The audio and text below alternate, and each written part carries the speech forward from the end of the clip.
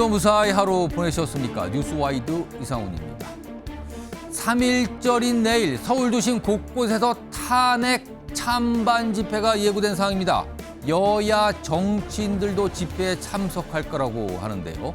격화되고 있는 여론전 속에 자칫 불상사가 벌어질까 우려가 나옵니다.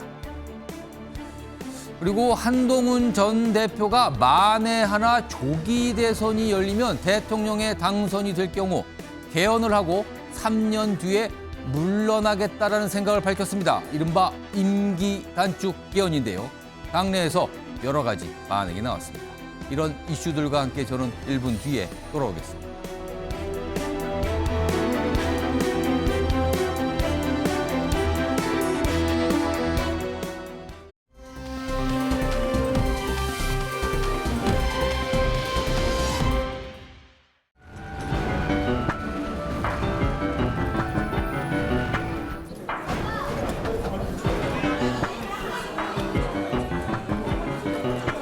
당선의 국가본부 장관께서 대구에서 시작된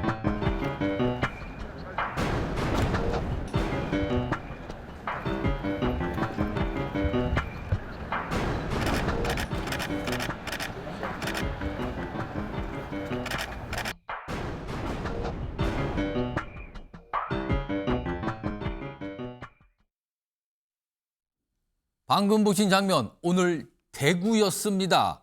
김문수 고용노동부 장관이 대구를 방문한 겁니다.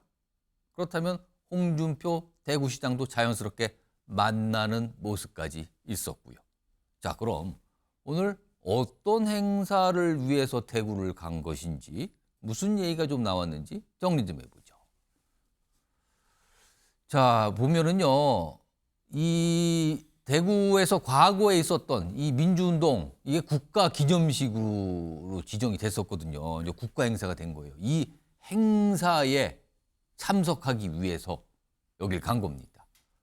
여기 보면은 이 두 명의 사진이 있는데 서로 뭐 홍 시장, 문수영 뭐 이런 또 호칭이 있었다 그러죠. 김문수 장관이 홍준표 대구시장에 대해서는 이렇게 얘기했어요. 15대 국회 의원회관 옆방 사용했습니다. 인연이 깊다는 뜻이겠죠. 그리고 굉장히 가까이 지냈습니다. 이런 덕담을 했고요. 홍준표 시장은요, 1990년 정치 입문 동기입니다. 호영, 호재하는 사이고요. 이렇게 서로 덕담을 건네는 모습이 있었습니다. 이 사안과 관련해서요, 이 행사가 이제 끝났는데 사실은 오늘 김문수 장관 굉장히 주목을 받았거든요. 아까 영상도 보지만 많은 분들이 뭐 반가워하는 모습도 나타나고 막 그랬어요. 이런 가운데 기자들과 만나서는요, 최근에 지지율 여권 내에서 1위를 달리고 있거든요. 조기 대선을 가정한 대선 주자 지지율에서요. 그 지지율이 올라간, 지지율이 높은 이유에 대한 질문을 또다시 대구에서 받습니다. 뭐라고 얘기했을까요? 들어보시죠. 저는 그렇게 예측하지도 않고 바라지도 않기 때문에 답변 드릴 게 아니라고 생각해요. 대한민국이 좀 정상적이지 않다고 지금 보고 있는 것 같습니다. 이건 너무 지금 세상이 이상하게 돌아가기 때문에 이건 아니지 않느냐. 좀 다른 사람이 없느냐 찾다 보니까 저를 찾아서 말씀하신 것 같은데, 국민들께서 그런 목마름, 안타까움 이런 것들을 가지고 여론조사가 오면은 저를 눌러주신 거 아니냐 이렇게 봅니다. 자, 뭐 안타까움에 본인을 주목하고 그래서 지지율이 올라간 거 아니냐, 뭐 본인은 그렇게 판단하고 한다고 설명을 했어요. 자, 지금부터 이 얘기 좀 해보겠습니다. 최경철 매일신문 편집위원 나와 계시고요. 그리고 서영주 맥 정치사회연구소장 자리에 오고 계십니다. 안녕하십니까? 안녕하세요. 우선 서영주 소장님, 네. 대구에서 열린 행사, 근데 그 행사는 보훈 행사였어요. 보훈 행사에 주무장관은 보훈부 장관이라고 할 수 있고요. 뭐 약간 어떻게 보면 이 안보나 이런 관련된 뭐 단체 관련돼 있다고 할 수 있는데, 김문수 장관은 고용노동부 장관입니다. 그렇습니다. 근데 참석을 했고 대구까지 내려간 거예요. 보훈 행사에 고용노동부 장관이 참석하는 거 이례적이라는 반응이 나왔는데, 이에 대해서 김문수 장관은 국무위원으로서는 당연히 참석해야 되는 거다. 또 이런 입장을 보였거든요. 대구의 보훈 행사 참석한 김문수 장관 어떻게 봐야 됩니까 이거? 솔직해졌으면 좋겠다. 그러니까 아까 이 김문수 장관이 대선 출마에 대해서 얘기를 할 때 조기 대선에 대해서 예측하기도 싫고 바라지도 않는다 얘기했잖아요. 근데 예측하거나 바라지도 않으면서 왜 괜한 오해를 받는 대구에 가서 말하자면 보훈 행사에 고용노동부 장관이 참석을 하죠. 그래서 저는 그런 부분에서 좀 솔직했으면 좋겠어요. 물론 이제 그 상황 자체를 대놓고 대선에게 나의 역할이 주어진다면 뭐 어떤 역할이라도 마다하지 않겠다 할 수 없는 상황인 건 알죠. 예. 왜 김문수 장관에 대한 그 지지층은 지금 윤석열 대통령의 비상계엄을 계몽용으로 이해하는 사람들, 대한민국은 부정선거의 음모론으로 다 덮여 있다고 생각하는 사람들, 예. 그 다음에 반국가 세력과 간첩 세력이 대한민국을 망치고 있다고 생각하는 그런 류의 지지를 받고 있기 때문에 예. 결국에는 감히 윤석열 대통령에 대한 어떤 탄핵에 대한 예측, 결국에는 탄핵이 인용된다는 전제하에 지금 대선 행보를 하는 거잖아요. 그래서 저는 그런 부분에 있어서의 솔직하지 못한 부분들을 보이는 것 같은데요. 좀 생뚱맞다.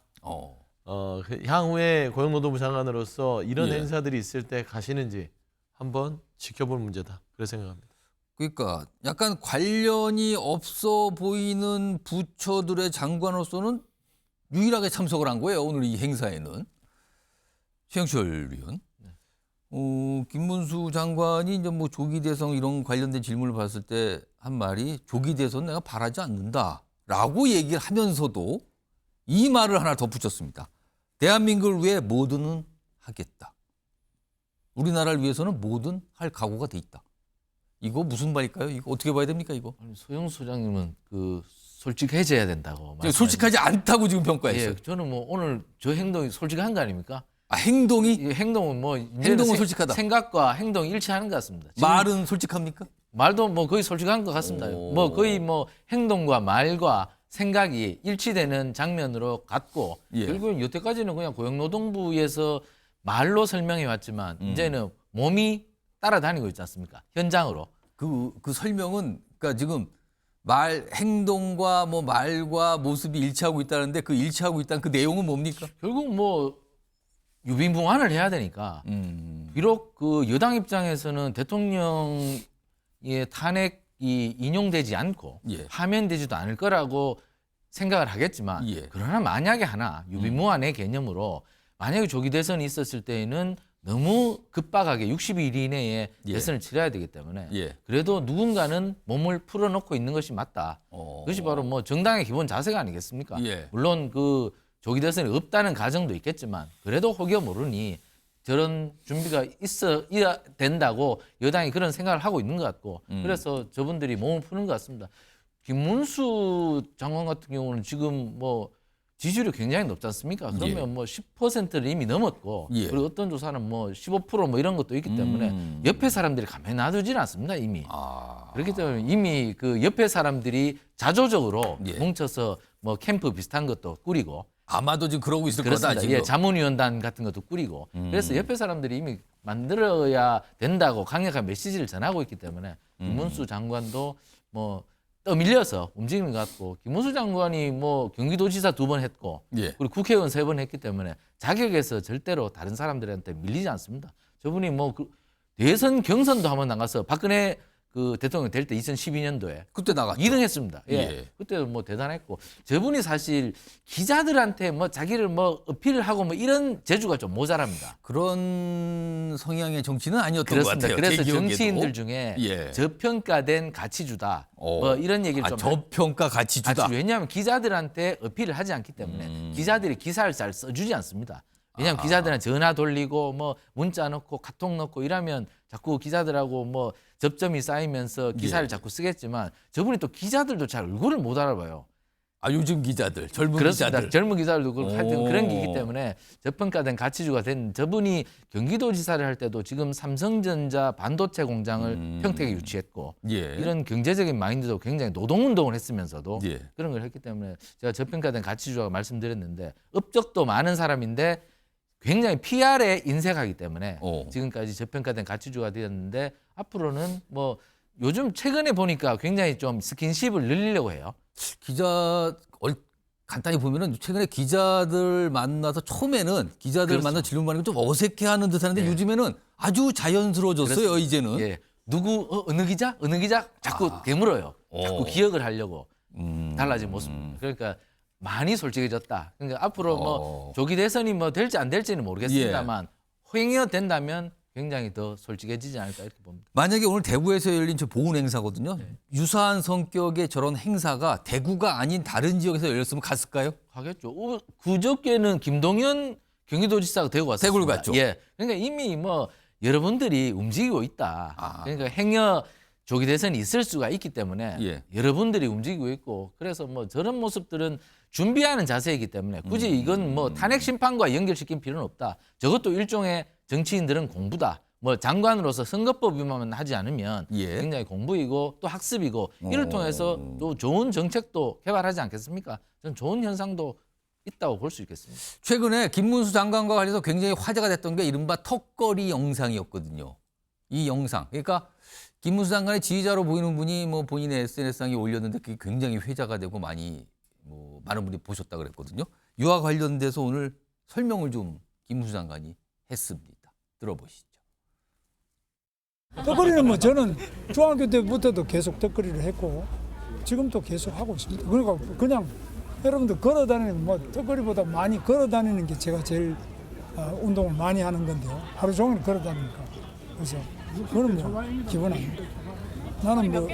나는 60대라고 생각 안 하고 늘 제 아내 보고 나는 세븐틴이라고 그렇게 말해요. 시장님이 대권 소영주 의원님 60대라고 생각하는데 김문수 장관 70대거든요.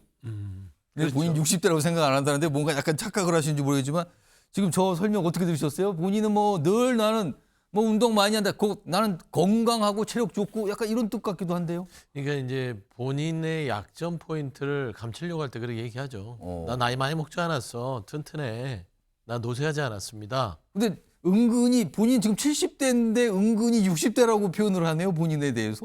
그렇죠. 뭐 이제 그거는 이제 확인을 해봐야겠으나 뭐 70대는 분명한 것 같고요. 야, 51년생 네. 아닌가? 저 그럼 그렇습니다. 70이 넘었는데 네, 지금. 그래서 이제 저는 그렇습니다. 지금 대한민국의 다음의 지도자, 뭐 조기 대선이 확정은 안 됐으나 지금 내란의 사태로 온 나라가 풍비박산이 났고요. 민주질서, 헌정질서, 심지어는 국론이 분열돼서 부정선거 음모론이 하나의 종교처럼 확산되고 있습니다. 예. 근데 그런 분이 지금 김문수 장관은 그런 분위기에서 동조하는 쪽에 속하지 그런 어떤 부정선거 음모론이나 그다음에 계엄 계몽에 대한 어떤 인식에 있어서는 비판적이지 않아요. 그러니까 저는 국민의힘이 하나 착각하고 있는 게 있죠. 김문수 장관은 지금 국민의힘의 당원이 아닙니다. 예.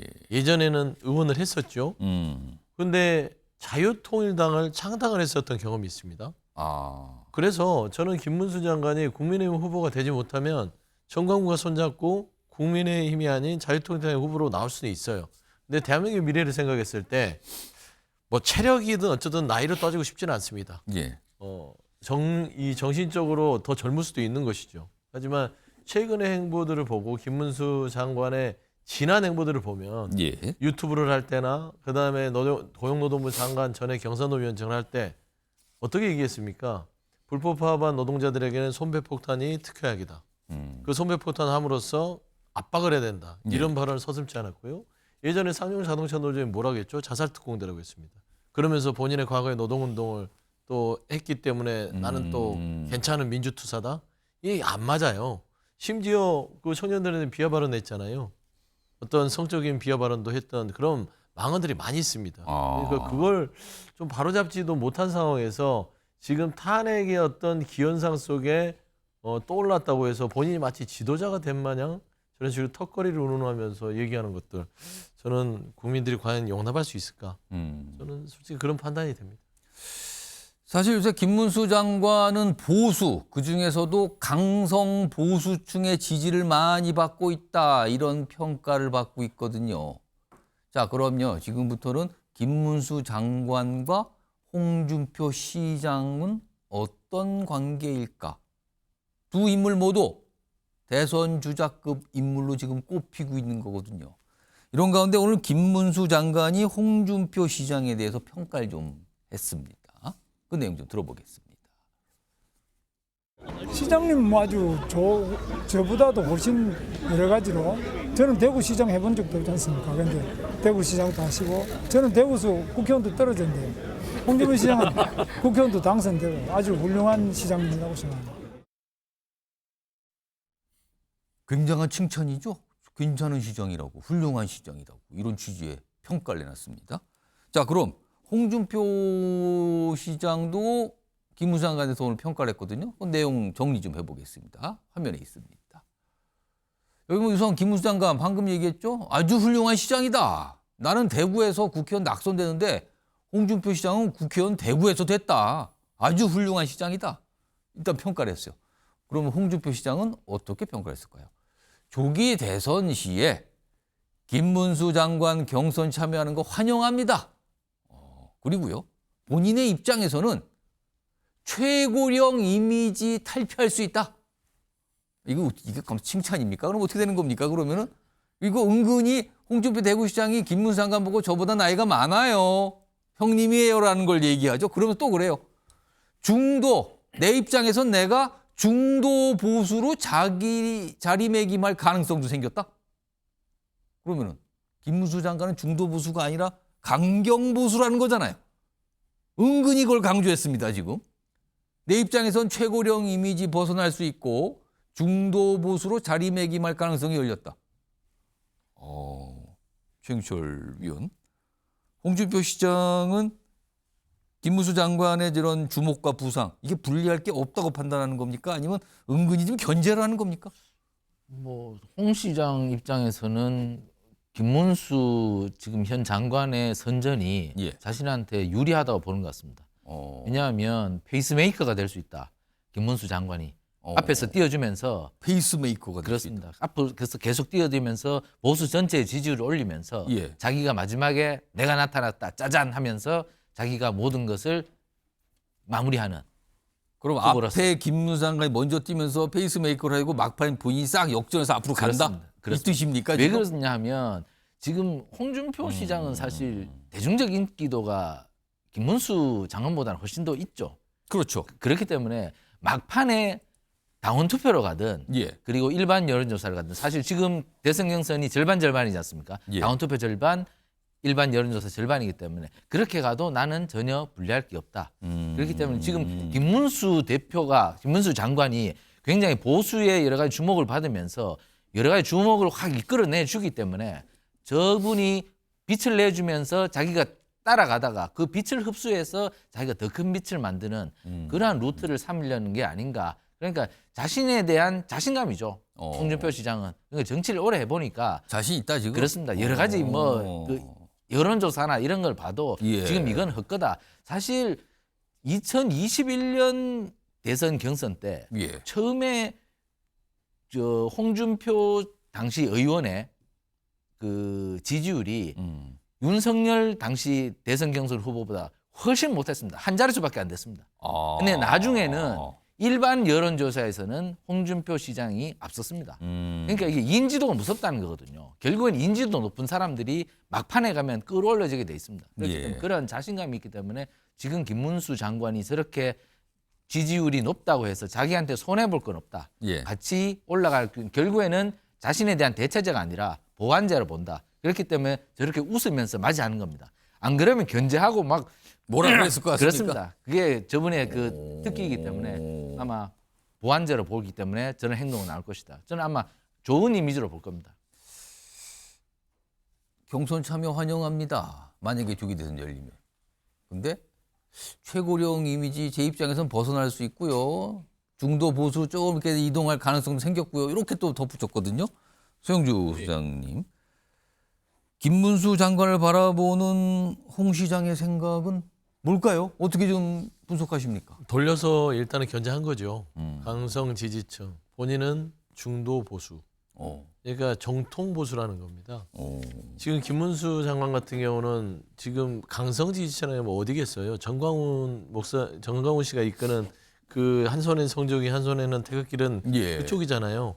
탄핵에 반대하고 내란에 동조하고 우리는 개몽됐다. 국민정권 이런 부정선거론을 맹신하는 쪽에서 김문수 장관을 지지한다고 보면 되기 때문에 예. 본인은 확장성이 있다라고 얘기하는 겁니다. 그래서 저는 지금 현재 보면은 홍준표 대구시장은 김문수 장관이 오는 게 전혀 손해볼 게 없습니다. 어차피 본인의 운동장은 윤석열 대통령을 옹호하는 쪽에서의 지지를 얻겠다고 마음을 먹었고 당의 상황 자체도 권선동, 권영세 이 두 지도부가 예. 결국에는 내란에 대해서 적극 방어하는 입장이 지도부기 때문에 예. 이게 당내 경선에서 조기 대선 치러졌을 때는 지금 본인의 생각과 다를지라도 예. 헌법과 법률을 공부했던 검사 출신이기 때문에 명백하게 법률을 위반한 어떤 비상행위를 하더라도 일단은 조기 대선에서 경선을 이겨야 되잖아요.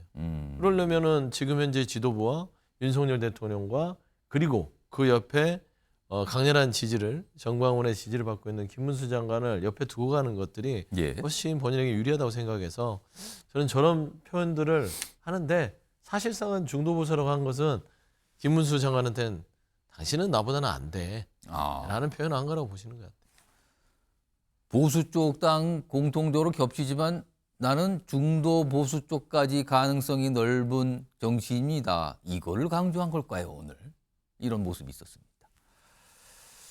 한편 오늘 정치권에서는 한동훈 전 대표의 언론 인터뷰에서 등장했던 표현, 간단히 말씀드리면 임기 단축 개헌을 하겠다. 이게 굉장히 주목받았어요. 그 내용으로 가보겠습니다.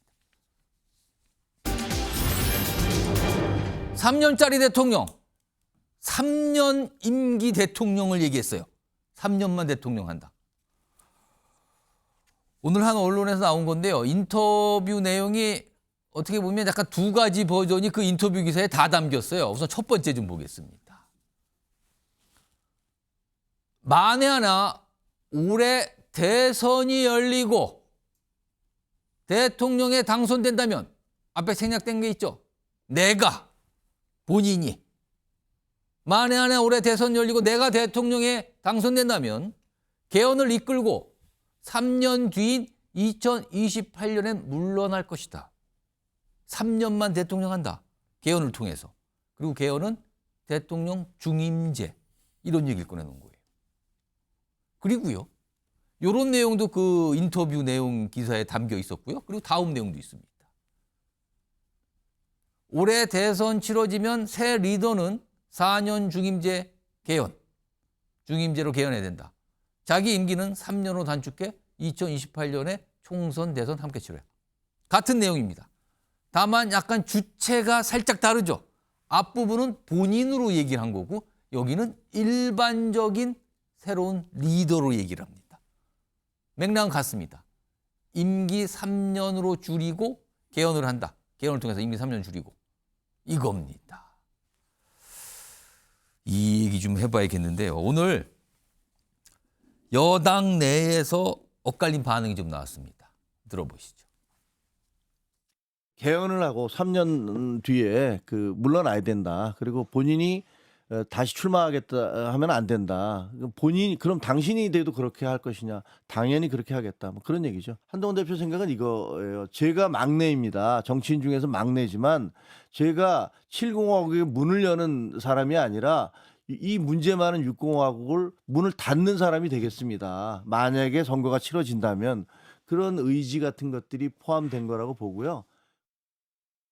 뭐 본인의 주장이고요. 예. 예, 당의 뭐 대표성은 전혀 없고요. 예. 끝까지 제왕적 대통령 해보고 예. 그 다음 난 몰라. 뭐 이거 같아요. 저는 내가 대통령 되면에 더 욕심이 있다 생각해요. 아 그러면 개헌이란 걸 내가 예. 대통령 되기 위한 하나의 공약이야. 예. 내가 한 표락도 더 얻기 위한 약간 공약으로 팔고 있어요. 예. 이러면 안 된다.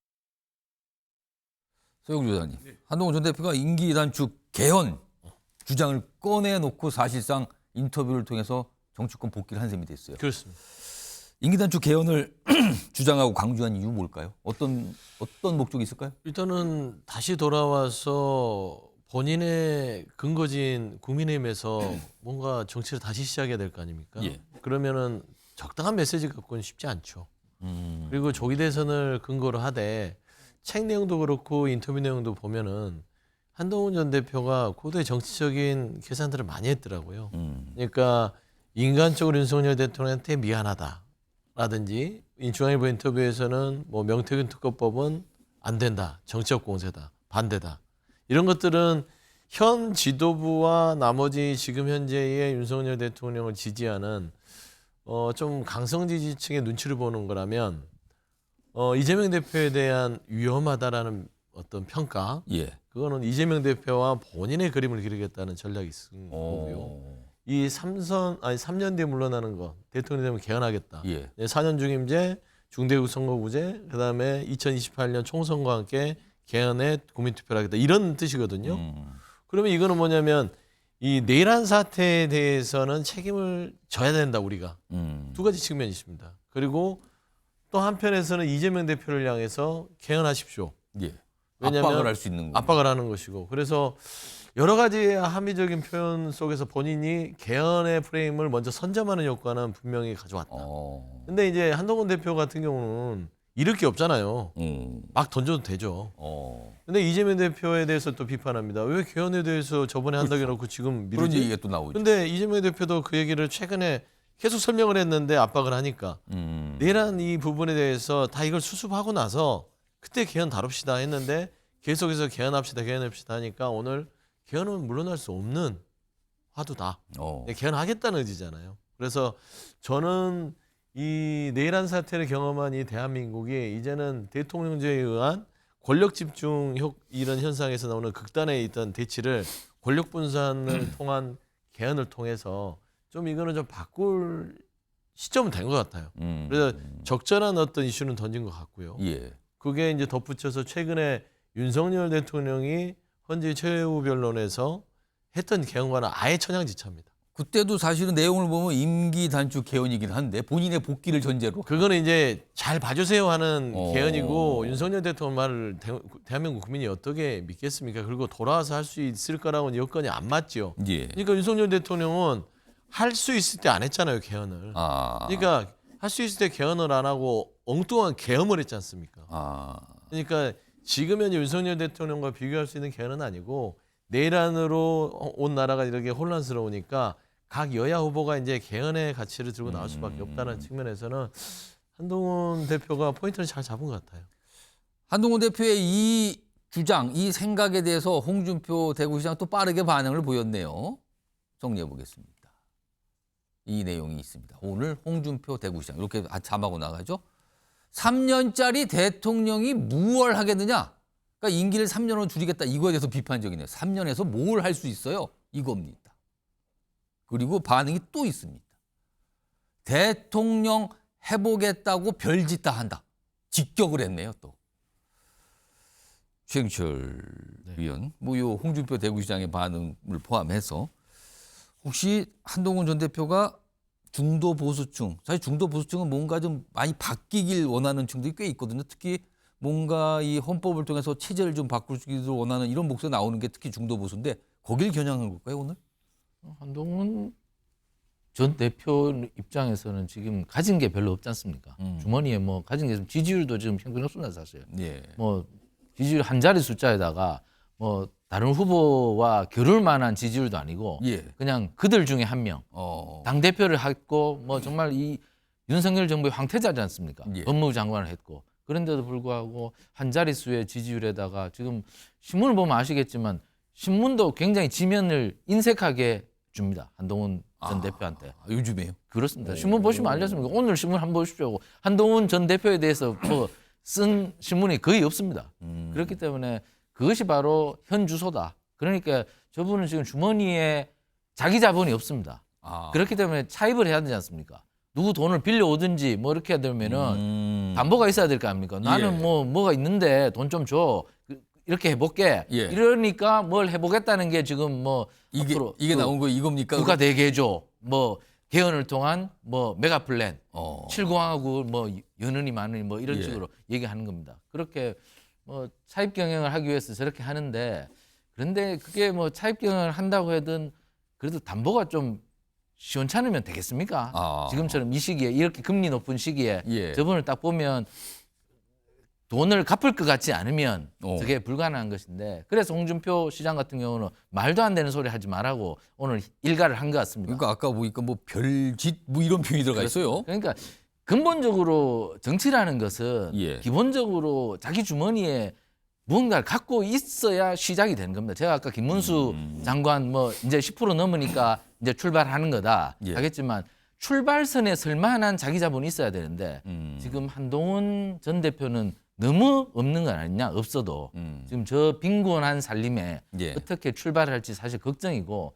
그리고 어느 대선 주자라도 여태까지 모두 지역적 기반이 있었습니다. 우리나라 대통령 후보들은 아. 지역적 기반이 없는 대선 후보가 대통령이 된 경우는 없었습니다. 윤석열 대통령도 서울이 고향이지만 예. 지역적 기반 대구, 경북, 부산, 경남이 엄청나게 밀어졌습니다. 아. 그렇기 때문에 된 거죠. 그렇기 때문에 됐는데 이게 한동훈 전 대표는 자기 자신의 주머니에 무엇이 있는지를 잘 파악하지 못하고 있다. 그러면서 지금 뭐 개헌을 통해서 차입 경영을 하겠다고 하는데 누가 과연 돈을 빌려주겠느냐. 사실 저는 도박이라고 생각합니다.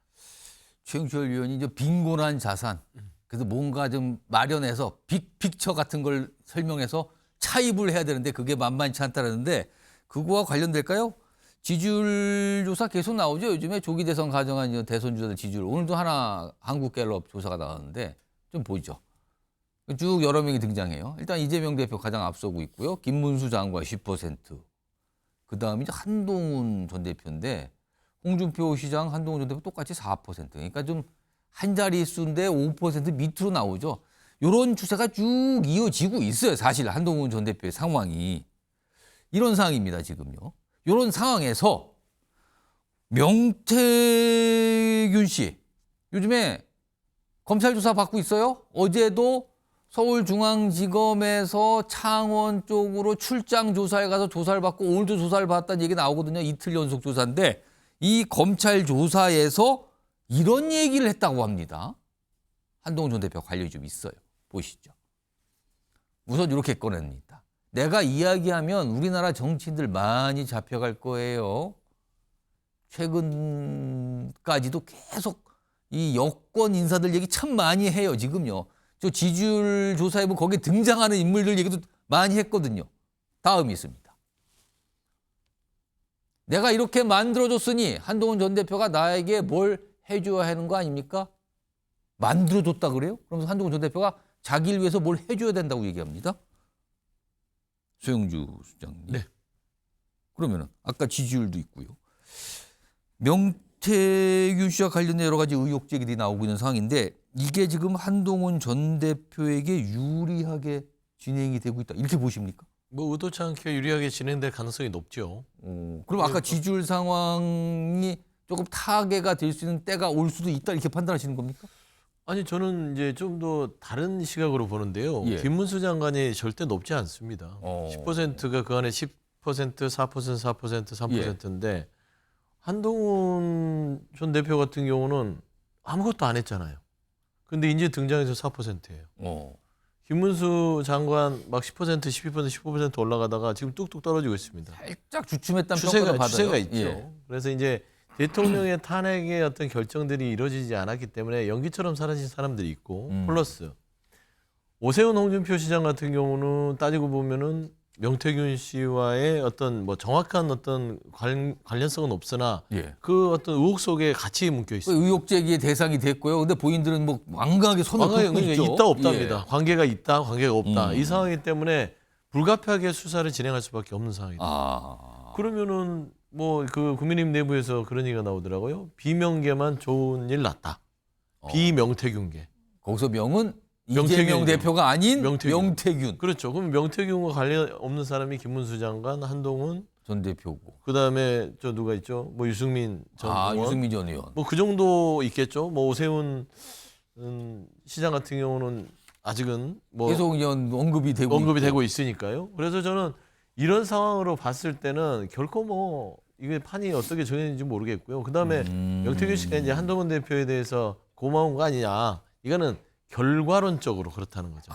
본인이 내가 입을 열면 여러 정치인들 다친다고 그랬잖아요. 예. 그 여러 정치인의 대다수가 어디에 있겠습니까? 국민의힘에 있겠죠. 그러면 지금 국민의힘의 주축이 되는 친윤 그룹들 뭐 우리 육성으로 다 들었지 않습니까? 예. 대통령과 김건희 그 배우자와 육성 통해서 그냥 뚝딱뚝딱 공천 마음대로 예, 하고 권선동이 윤한홍이 반말해가면서 상현이한테 연락할게. 그게 대통령 바로 직전입니다. 근데 국정 운영하던 2년 반 동안 어땠겠어요? 더 하면 더 했겠죠. 저는 이런 부분에서 국민의힘이 지금 막 후보들을 뭐 다투고 김문수 장관 저기 가서 지금 선거운동 한다고 하는데 국민들한테 내일 안에 사태부터 수습하는 모습을 보여주는 것들이 우선이지 않을까라는 좀 생각은 좀 듭니다. 최영철 의원, 이른바 이제 명태균 리스크가 이제 여권에 닥친 건데 이게 한동훈 전 대표에게는 유리하게 진행이 될 거다. 이게 이제 명태균 씨의 생각인 건가요? 그러면은? 명태균 씨는 그렇게 주장을 하는 것 같지만 저는 작년 가을부터 명태균 씨가 등장했을 때부터 뉴스에 예. 일관되게 명태균 씨는 파괴력이 없는 사람이다. 김영선 전 의원하고 관련된 부분 지금 구정돼서 지금 기소된 혐의 그 외에는 거의 나오지 않을 것이다. 이렇게 봤는데 실제로 그렇지 않습니까? 지금 그때 리스트가 얼마나 많이 나왔습니까? 뭐 경남지사도 나오고 강원지사도 나오고 안철수 의원 이름도 나오고 예. 그리고 지금 오세훈 뭐 홍준표 그리고 서초의 조은희 의원 예. 뭐 이렇게 많이 나온 사람 중에 지금 뭐 붙들려 간 사람이 있습니까? 선거판을 보면요. 엄청나게 많은 사람이 여론조사를 갖고 들어옵니다. 아, 이거 잘 나온 여론조사 있습니다. 이거 한번 보십시오. 이거 정말 잘 나왔습니다. 로 데이터 이거 보여줄 수 있습니다. 그러면 이 성향이 어떻고 어떤 사람들이 당신을 좋아하고 어떤 사람이 당신을 싫어하는 거 다 있습니다. 뭐 이런 브로커가 엄청나게 많습니다. 근데 그건 그냥 자기가 자발적으로 들고는 어떡하겠습니까? 막지는 못하는데 거기에서 금전 거래가 있거나 이러면 문제가 생긴 겁니다. 금전 거래가 생기는 것은 굉장히 약한 후보들은 저런 브로커한테 달려붙습니다. 지금 저분이 상대했던 몇몇 후보는 굉장히 공경에 처한 뭐 지방선거 예. 2명인가 돈 받았다가 결국 그분들 낙선했지 않습니까? 예. 그런 사람들은 브로커한테 휘둘릴 수 있어요. 근데 오세훈, 홍준표, 뭐 서초의 조은희 이런 사람은 자기가 강하기 때문에 자력으로 할 수밖에 없습니다. 저런 브로커가 뭐 수십 명이 찾아오는데 저런 사람한테 얽매이다가 선거를 망칩니다. 그렇기 때문에 정말 로얄티가 있고 지명도가 높은 후보는 그냥 저런 브로커 엄청나게 많이 찾아오기 때문에 그들 중에 한 명이지 저 사람들한테 얽매여서 선거에 좌지우지하고 이런 것은 있지 않습니다. 그렇기 때문에 지난 가을부터 지금까지 수사 결과가 이 모양이지 않습니까, 사실은. 근데 지금 민주당 특검을 한다고 하는데 특검이 사실 어려울 것 같고 거부권을 행사하고 또 거부권을 뒤집을 만한 표결이 이루어지지 않을 거기 때문에 예. 검찰 수사가 끝났고 그다음에 재판에서 뭐 추가로 밝혀질 수 있으면 뭐 판사님들이 뭐 판결을 하시겠죠. 그렇게 지켜보면 되는데 지금 과하게 저 일개 브로커에게 휘둘리고 있다. 저는 이렇게 봅니다. 최영철 의원께서 얘기하는 예, 검찰 수사 최영철 엉망이다라는 말은 맞아요. 그러니까 특검법 하자는 겁니다. 엉망이잖아요. 겨우 그 이 많은 수많은 증거를 가지고 예. 그냥 일개 옆에 지방선거 출마자 김영선 의원 정치자금법밖에 수사를 못 하잖아요. 그게 검찰이 뭉겼던 현상입니다. 인정하시잖아요. 그러니까 지금 중앙지검에 왔는데도 이 명태균 특검법의 본질은 대통령의 음성과 김건희 여사의 음성을 우리가 들었기 때문에 예. 이 두 분의 어떤 힘을 등을 얻고 마음대로 쥐락펴락 했다는 겁니다. 그리고 오세훈 홍준표 시장의 사건 같은 경우는 격가지예요. 그래서 저는 이 부분에 있어서는 윤석열 대통령과 김건희 여사의 어떤 육성과 음성을 쥐고 카카오톡 내역을 보면 충성을 맹세할 정도로 그런 관계고 그래 오케이 했던 그런 관계예요. 근데 일개 브로커로 보기에는 너무나 대통령과 친밀하고 뭔가를 해내는 증거들이 많지 않습니까? 근데 이걸 어떻게 홍준표 시장이나 오세훈 시장 말처럼 일개 브로커로 치부할 수 있을지 거기에 대해서는 객관성이 담보되지 않는 것 같다라는 좀 말씀드리고 싶습니다. 아까 전해드렸지만 검찰 조사에서 내가 얘기하면 많이 잡혀간다. 그리고 한동훈 전 대표는 나한테 뭘 좀 해줘야 되는 거 아닙니까? 어떻게 보면 굉장한 자신감인 것 같기도 해요. 아니면 근거도 없는데 저렇게 얘기를 그냥 하는 건지도 어느 쪽인지는 모르겠습니다. 지금. 자, 다음은요. 내일이 3.1절인데 서울 도심에서 탄핵을 딱 놓고 찬반 집회 지금 예고가 곳곳에 되고 있습니다. 그 주제로 가보죠. 광화문 여론조사입니다. 광화문을 딱 중간에 놓고요. 뭐 여기에서 다른 집회, 여기 다른 집회 막 곳곳에서 열립니다. 지금 내일 예정상인데 정리 좀 해보죠. 이런 집회들입니다. 여기 보면 서울 도심 딱 찍죠. 지금 색깔로 나눴습니다. 빨간색과 파란색. 자, 왼쪽에 있는 빨간색이 이제 탄핵 반대 집회입니다. 어디 열리는 겁니까, 지금? 광화문 인근 열리고요. 국회 앞에서도 열리고요. 대학로에서도 열립니다. 각각 주체들이 틀리고요. 5만 명 규모로 일단 예상되는 게 2개나 있고 작은 건 5천 명 정도로 예상되는 게 있고 꽤 규모가 큽니다. 그러면 광화문 5만, 국회 앞 5만이면 10만이 되는 거네요, 지금. 자, 그리고요. 파란색이 있죠? 여기는 탄핵을 찬성하는 주장을 하는 집회입니다. 안국역이면은 이게 헌법재판소 인근이거든요. 여기에도 열리고 있고요. 여기는 한 3만 명 규모. 또 야 5당이 주최하는 또 집회도 또 인근에서 열린답니다. 그리고 경복궁역 인근에서도 또 3만 명 규모의 탄핵 찬성 집회가 예정돼 있다고 합니다. 아, 이거 어떻게 보면 딱 도심이 딱 반으로 갈라지는 모양 같기도 합니다. 자, 이와 관련해서요. 여야에서 정치인들도 참석을 한다고 좀 예고를 하고 있거든요. 그 관련된 목소리가 있습니다. 들어보시죠. 뭐 우리가 단체로 참석하는 건 아니고요. 개별적으로 의원님들께서 판단하셔서 참석 여부를 결정하고 계십니다. 내일 집회도 참석하시고 현장에서 야당 공동 집회에서 발언이 있을 예정입니다. 이번에는 수도권 아니라 전국에서 다 집중해서 참석하실 것이기 때문에 많은 분들이 오실 것으로 예상하고 있습니다. 그러니까 집회 주최 측뿐만 아니라 여야 정치인들이 각각 참석하죠. 그러면 또 여야 정치인들은 단상에 올라가서 마이크를 잡는 경우가 많거든요. 그럼 내일 또 어떤 주장들 이러다 또 굉장히 또 과격한 목소리 이런 걱정들이 좀 하시는 분들이 많습니다. 여야 정치인들 참석하는 내용 조금 더 자세히 좀 소개해 드릴까요? 정리 좀 해봤습니다. 우선 여당 정치인들은 저 광화문 일대에 이제 정광훈 목사 주축의 집회가 열리는데 여기는 윤상현 의원 등 한 20명 넘게 참석한다고 그러죠. 그 여의도에는요, 또 손현보 목사 주축, 여긴 또 전향길 강사가 또 참석을 하죠. 세이브 코리아 주최 집회 이렇게 돼 있는데 여기엔 또 김기현, 나경원 의원 등 한 20명 이상이 또 참석한다고 합니다. 합하면 몇 명입니까 지금? 한 60명 되는군요. 벌써 저 숫자만 해도. 다음 보겠습니다. 다음 이제 민주당도 꽤 많이 참석할 걸로 돼요. 지금 야당 5개 야당이 서울 안국동 근방에서 탄핵 참석 집회 연다고 그러는데 여기에 이재명 대표 그리고 각 당 지도부 소속 의원 다수가 지금 참석을 할 예정이다. 이렇게 좀 알려지고 있죠. 일단 내일 상황이 이렇습니다. 이건 지켜보면 내일 확인이 될 수 있을 거고요. 이런 가운데 뭔가 고민을 하고 있는 분들이 있습니다. 바로 집권 여당인 국민의힘 지도부입니다. 자, 지도부는 그러면은 이 집회에 과연 참석을 하는 것인가? 아닌가?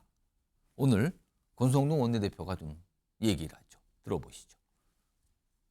지금까지 비상계엄 선포 이후에 소위 말해서 광화문이라든가 뭐 여의도에서의 그런 탄핵 반대 집회에 의원님들이 각자의 판단에 의해서 참석을 했고 그 기조는 동일합니다. 예.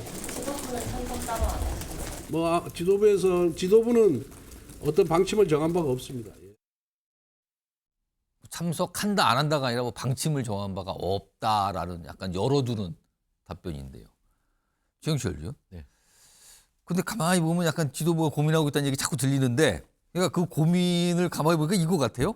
여당 지도부로서는 탄핵을 반대하는 표심이 있거든요. 이 표심은 되게 이제 국민의힘을 지지하는 표심으로 간주가 되는데 여기 또 의식을 하면은 지도부가 참석을 해야 될 것 같기도 한데 근데 또 뭔가 좀 길게 본다면 자칫 또 참석을 했다가는 이것도 중도층 눈밖에 날 수도 있다. 또 이런 걱정도 하고 있는 것 같거든요. 이거 어떻게 봐야 됩니까 지금? 그럼 딜레마가 있어서 지금까지 지도부가 뭐 단체로 한 번도 간 적이 없었죠. 근데 뭐 과거에는 그 문재인 정부 때 패스트트랙이라든가 이런 때 그 국회 다수당이 민주당에 한 거하고 그리고 문재인 정권에 뭐 대항하기 위해서 그 지도부가 직접 주최를 해서 광화문에 가서 집회를 하고 했습니다. 근데 그때는 일반 그 시민들이 일반 지지자들이 잘 모이지 않았기 때문에 지도부가 나설 수밖에 없었는데 지금 워낙 많은 그 국민의힘 지지자들 그리고 뭐 대통령 지지자들이 야. 스스로 자발적으로 엄청나게 많은 집회를 만들어주고 있기 때문에 예. 굳이 지도부가 참석하지 않아도 아. 결국 저만큼 큰 지지 의사를 여러 국민들에게 확인시켜주는 집회를 만들어내고 있기 때문에 지도부 입장에서는 약간 거리를 두더라도 충분히 저 집회가 잘 모이고 그리고 탄핵은 절대 인용되어서는 안 된다는 그런 메시지가 잘 설명되고 전파되고 있다고 보기 때문에 예. 지도부가 굳이 움직일 필요성을 못 느끼는 것 같고 그래도 개별적으로 여러 사람이 간다면 예. 그래도 국민의힘도 움직이고 있다는 것을 충분히 여러 사람들에게 보여줄 수 있기 때문에 예.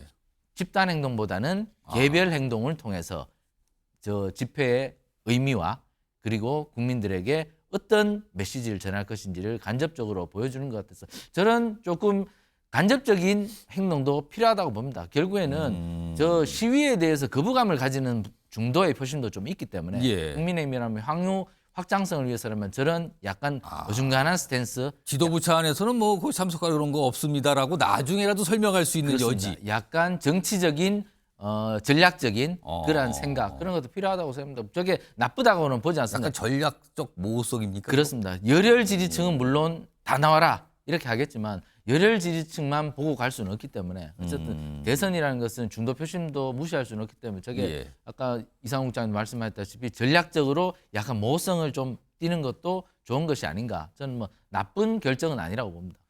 이런 가운데 어제부터 국민의힘 내에서 릴레이 단식 얘기가 논의 중입니다. 그러니까 탄핵에 반대한다는 뜻을 강조하기 위해서 국민의힘 의원들이 단식을 돌아가면서 하는 거예요. 릴레이 단식. 하루씩.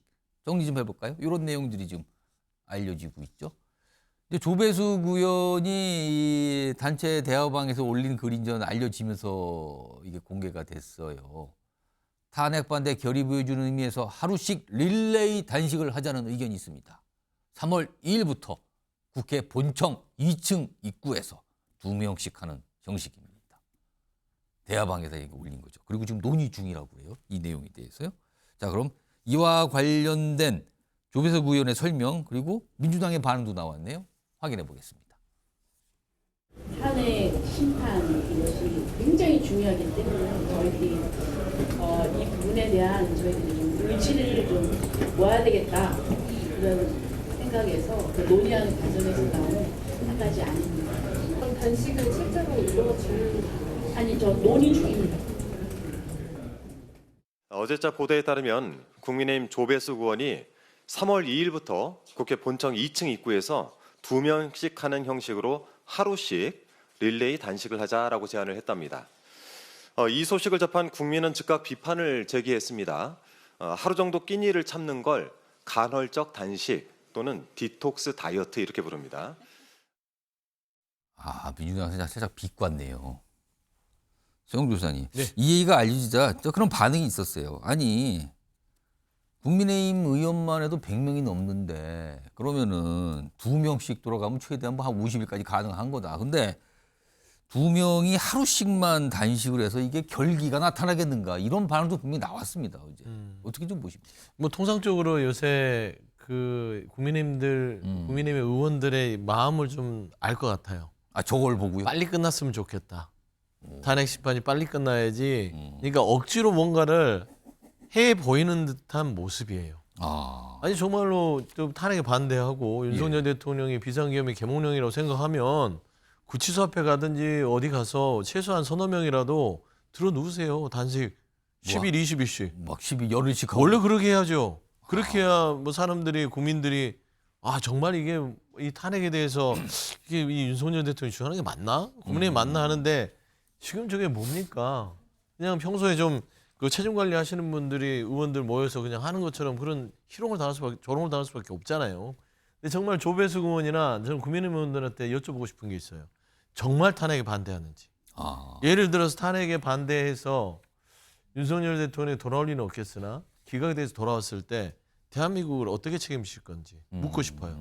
그러면 그거 뭐냐면 비상계엄권의 면허를 가지고 돌아오는데 그걸 마음대로 휘두르면은 그게 대한민국이라고 생각하시는지 저는 거기에 대해서 생각들을 하시고 반대를 하는 건지 아니면 정치적으로 어쩔 수 없어서 하는 건지 궁금한 한 1인 중에 한 명입니다. 자, 이런 가운데요. 최근에 대학 캠퍼스 안에서도 이 탄핵을 놓고 찬반 시위가 동시에 벌어지는 일들이 있었는데 요즘에 이게 빈도가 조금 잦아지고 있거든요. 그와 관련된 대학가의 모습 영상으로 좀 준비했습니다. 확인해 보시죠.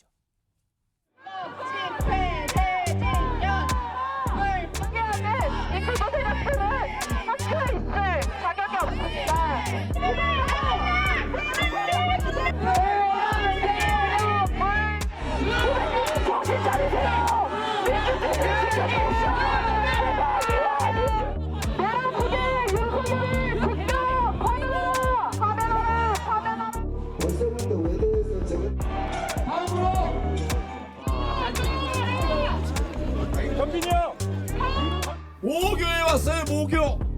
엉터리 공수처, 엉터리 선관위. 결국 대통령의 결단은 정의로운 것이었습니다. 맞습니다. 그래서 이 계엄령에 대해서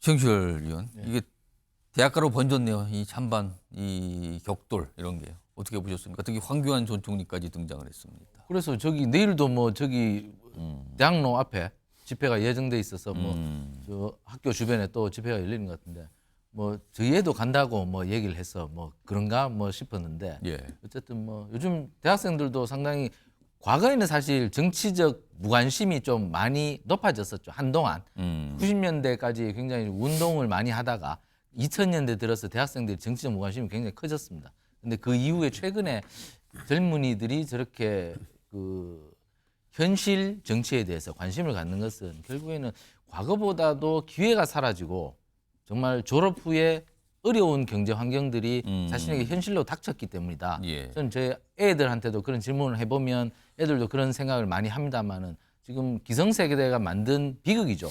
그렇기 때문에 학생들이 저런 시위를 통해서 과거에는 뭐 일방적인 시위 문화였지 않습니까?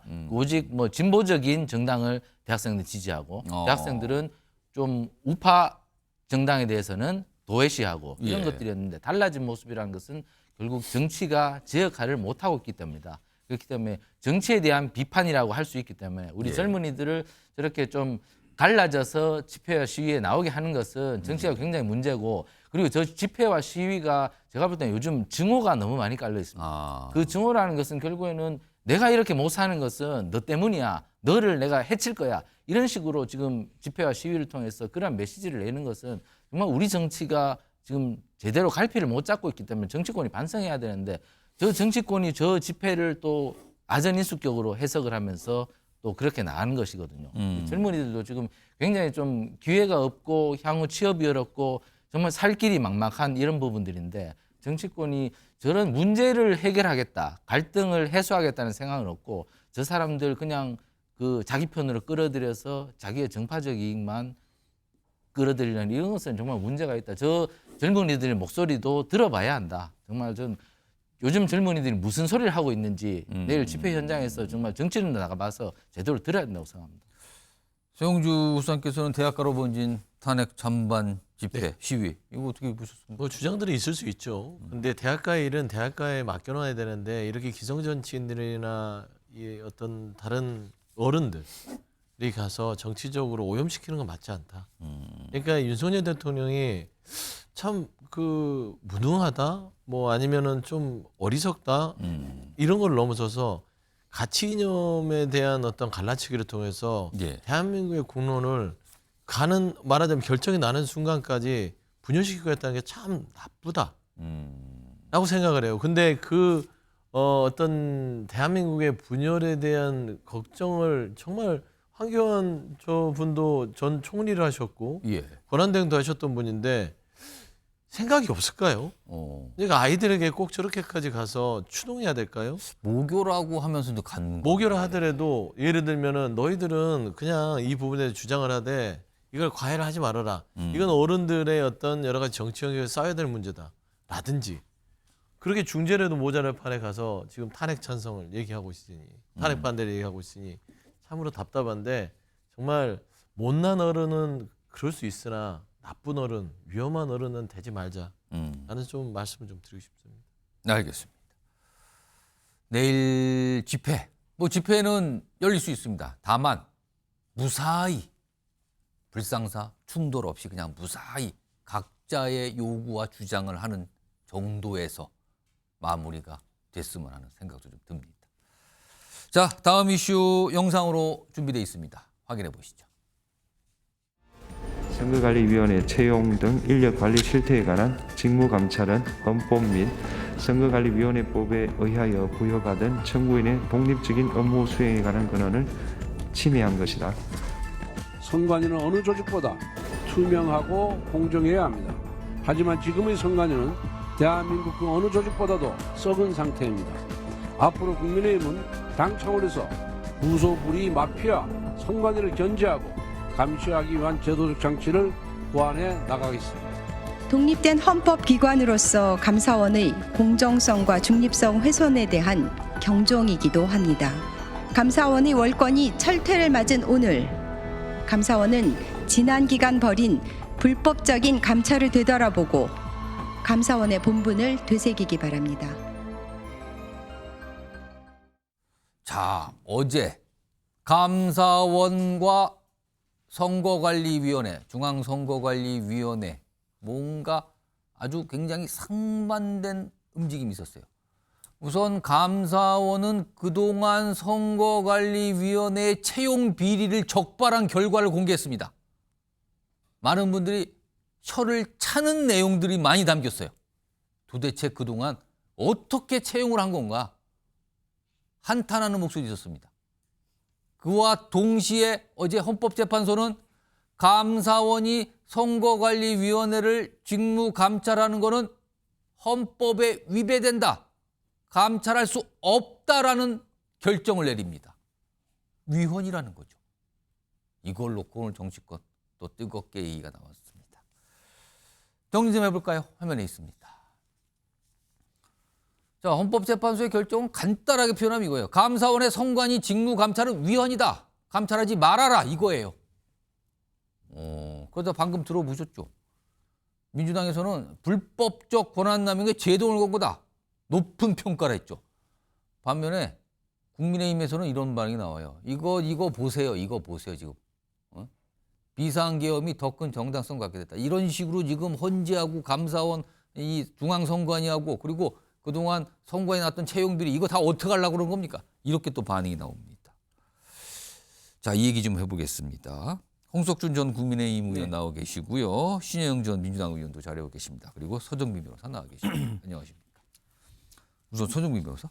그러면은 어제 헌재의 결정대로라면은 그럼 앞으로 선관위에 저런 채용 비리와 같은 일이 벌어졌을 때 이거 누가 적발을 하냐 이게 문제가 발생을 해요.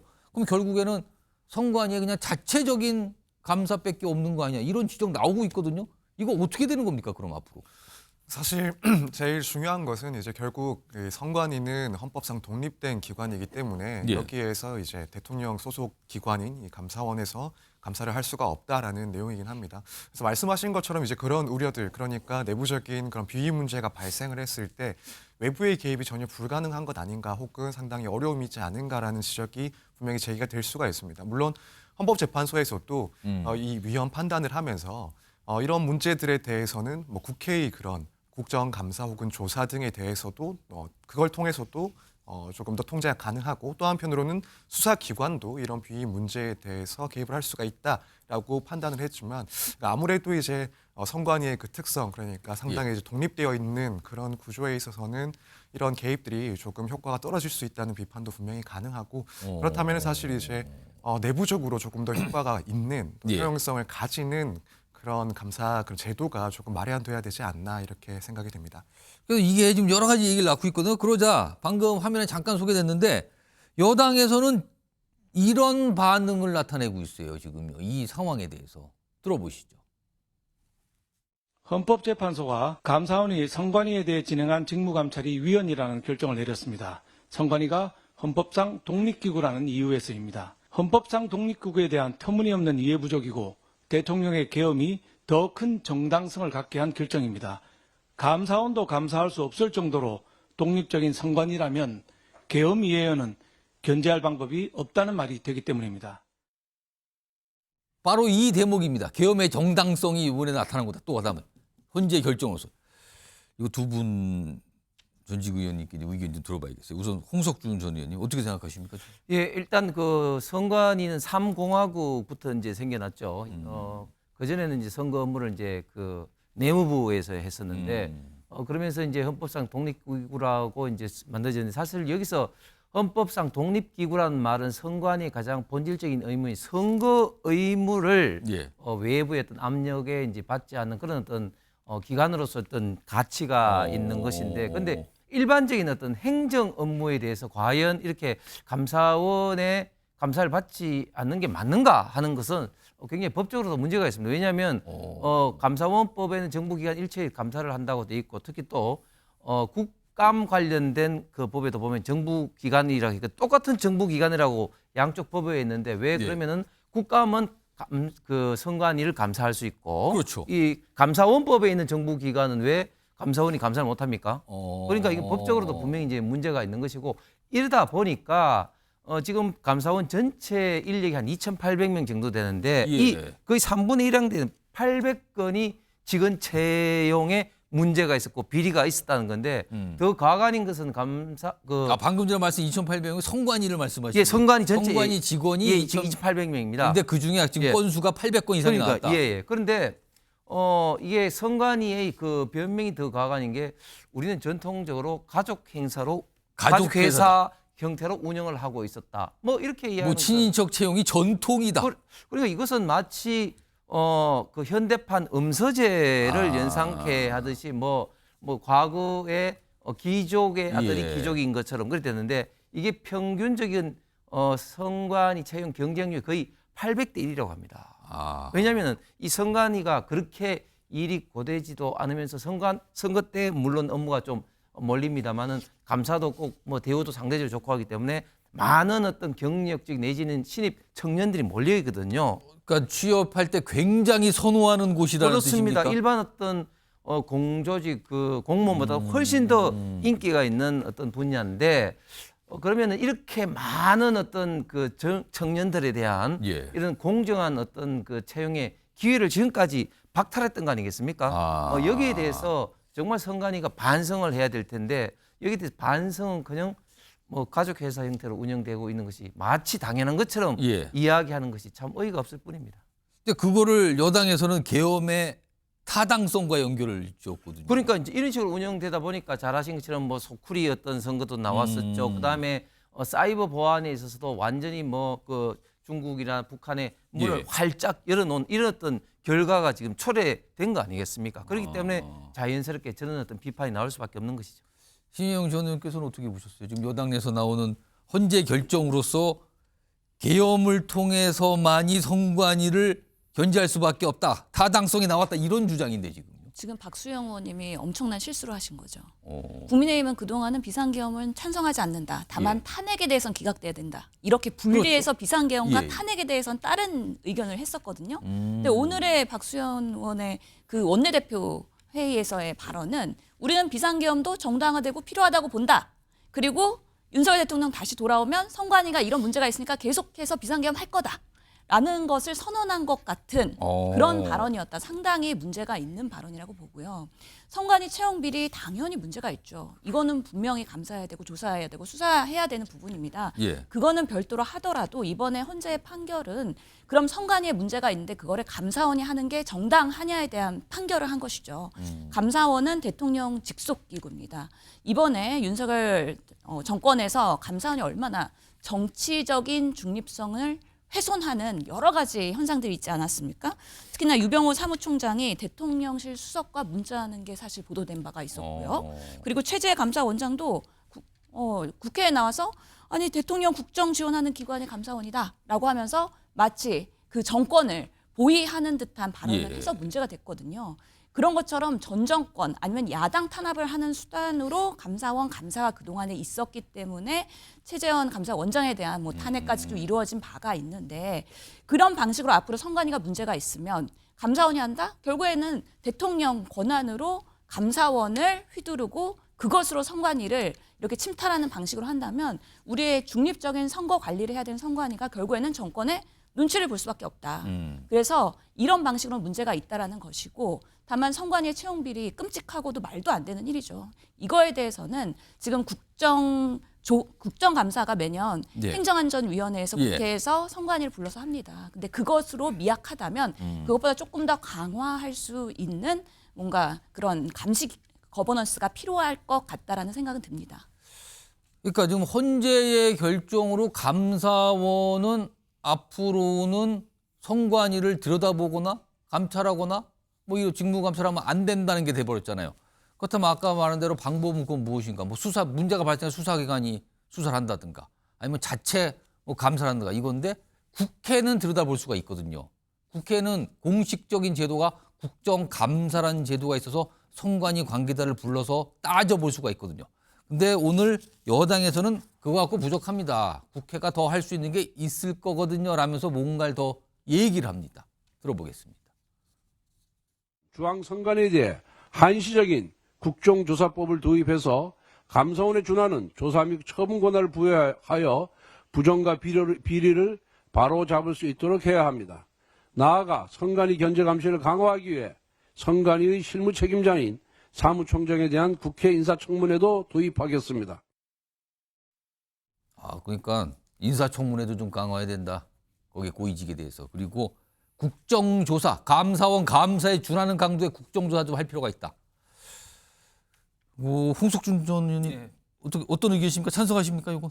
예, 부분적으로는 권성동 대표가 말한 게 이제 찬성을 합니다. 예를 들어서 인사청문회에 이제 사무총장을 도입하겠다 하는데 왜 사무총장 도입해야 되냐면 사실은 지금 위원장은 잘 아시는 대법관이 겸임하도록 돼 있기 때문에 사법부에서 약간 겸직을 하는 셈이 됐어요, 사실 지금. 상근직이라 볼 수가 없습니다. 사실상 이제 사무총장이 이제 상근에서 모든 어떤 업무를 지휘를 하는 그런 형태이기 때문에 인사청문회 도입도 검토해 볼 만한데 근데 국정조사 저 문제는 제가 볼 때는 실효성이 없습니다. 왜냐하면 국정조사 해봤자 뭐 우리가 많이 봤지만 어떻게 보면 좀 정쟁용 말싸움에 지나치고 사실은 감사도 고도의 어떤 그 기법, 기술, 능력이 필요한 겁니다. 그렇죠. 우리 대한민국에서 그렇기 때문에 감사원을 따라갈 기관이었거든요. 저런 어떤 감사는 국정조사라고 해서 채용 비리가 절대 나올 수가 없습니다. 조금 전에 진영 의원이 대통령 직속기관을 표현했는데 그 표현은 틀린 표현이고요. 감사원은 직무상 대통령 소속 맞지만 직무상 독립된 기관으로서 절대 대통령한테 보고라든지 국무회의에 또 참석한다든지 그런 의무가 전혀 없습니다.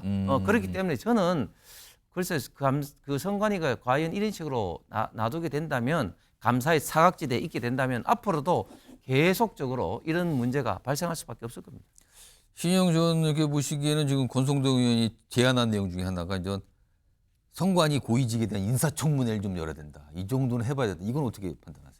검토해 볼 수는 있다고 생각하는데 아까 말씀하신 것처럼 감사원이 대통령 직속기구로서의 조직체를 갖고 있지만 그 기능은 독립적입니다. 예. 근데 헌법에 규정돼 있죠. 예, 헌법에. 윤석열 정권에서 감사원장 그렇게 뭐 정권이랑 이렇게 유착돼 갖고 하는 것들이 정황들이 너무 많이 드러났기 때문에 문제가 됐던 거지. 예. 지금의 감사원의 그런 독립적인 기구는 그대로 유지할 필요가 있다는 생각이 들고 선관위에 대해서는 사실 채용 비리에 대한 부분은 수사를 해야 되는 것이기 때문에 수사 기관으로 넘긴 것이고 국정조사를 했을 때 국회가 조사권이나 수사권이 없기 때문에 그렇죠. 한계가 분명히 있다.